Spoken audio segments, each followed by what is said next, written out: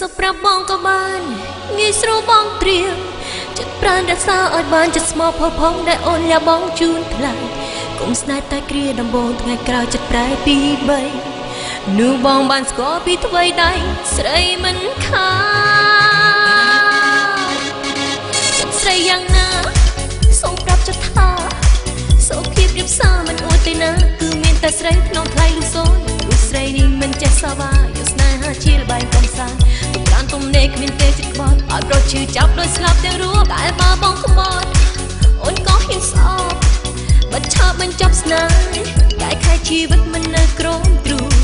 អូនក៏សូមផ្ដាំមុនថាស្រីម្នាក់ដែលធ្លាប់រំទុំរៀបសារឲ្យខ្លាចជាខ្លាតាមប្រហាបងធ្វើបានទេពេលឮអូនប្រាប់បងឲ្យយល់ពីចិត្តស្រីមុនដឹងចិត្តស្នេហ៍ជ្រុលហួកុំប្រាប់ថាស្ដាយក្រោយជ្រុលហួកុំប្រាប់ថាស្ដាយក្រោយមិនបន់ដល់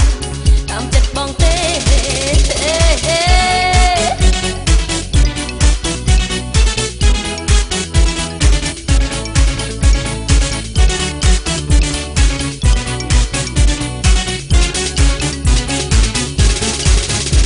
សុខប្រាប់បងក៏បានងាយស្រួលបងត្រៀមចិត្តប្រាណរក្សាឲ្យបានចិត្តស្មោះផុសផុងដែលអូនលះបងជូនថ្លៃកុំស្នេហ៍តែគ្រាដំបងថ្ងៃក្រោយកែប្រែនោះបងបានស្គាល់ពីស្រីមិនខានចិត្តស្រីយ៉ាងណាសូមប្រាប់ចិត្តថាសុខភាពរៀបសារមិននួតទេណាគឺមានតែស្រីក្នុងថៃឬសូនរូបស្រីនេះមិនចេះសាវាយកស្នេហាជាបែងកំសាន្តទុកប្រានទំនេរគ្មានទេចិត្តក្បត់ឲ្យប្រុសឈឺចាប់ដោយស្លាប់ទាំងរួតែបើបងក្បត់អូនក៏ហ៊ានស្អប់បិទឆាបបញ្ចប់ស្នេហ៍កែខែជីវិតមិននៅក្រោមទ្រូង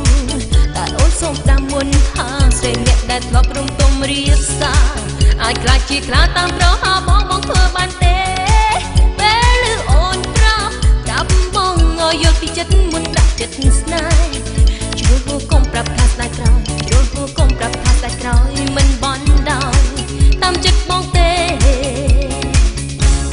សុខប្រាប់បងថាស្នេហ៍